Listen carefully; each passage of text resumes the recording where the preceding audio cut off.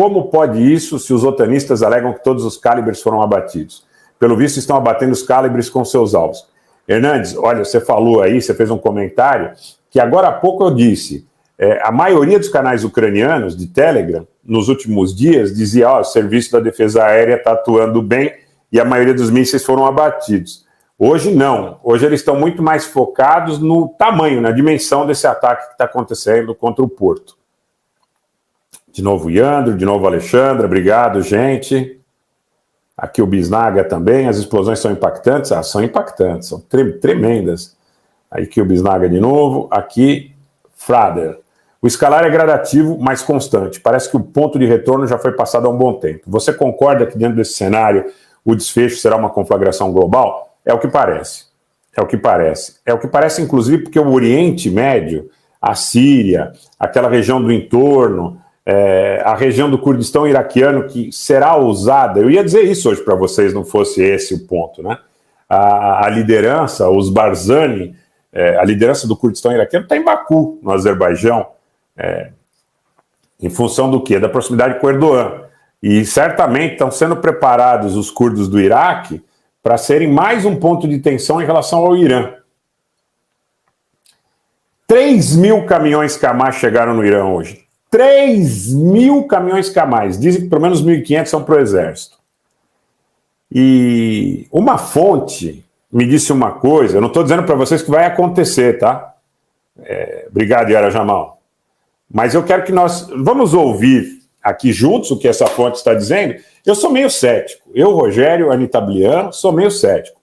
Mas uma fonte me disse o seguinte, eu quero, com toda a vênia, não é? Naturalmente não vou revelar a fonte, mas dizer que essa fonte está muito preocupada com o seguinte.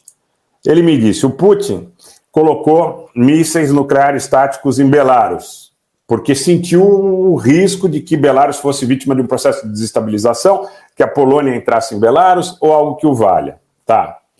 Bom, então, o próximo passo num acirramento, apesar que hoje o ministro de Relações Exteriores do Irã falou sobre a integridade territorial da Ucrânia, tal, aquela coisa protocolar e tudo mais.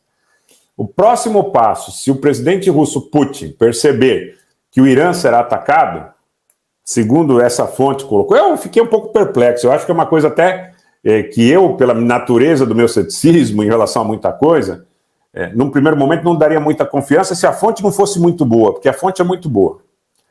Ele disse assim, se o Putin perceber que o Irã vai ser atacado, o Putin pode colocar algumas armas nucleares táticas inteira.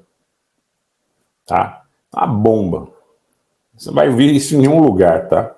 Você não vai ouvir isso em nenhum lugar. Eu não estou dizendo que vai acontecer, mas uma fonte muito boa, que já acertou muito, conhece muito do mundo diplomático, do mundo militar, dos meandros da União Europeia, dos meandros da política russa, uma fonte muito boa, disse o Putin levou armas nucleares táticas a Belarus porque ele sentiu que Belarus podia ser vítima de um processo de desestabilização, de uma primavera, ou mesmo de uma incursão polonesa, ou mesmo da tentativa de se criar uma outra frente ali.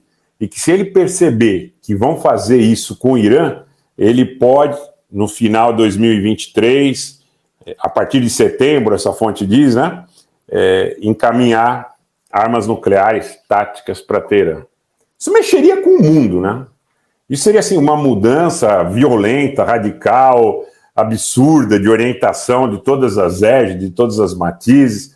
Então há que se observar, tá? Vamos guardar isso nas nossas, nos nossos arquivos, né? Para verificar se tem alguma procedência ou não.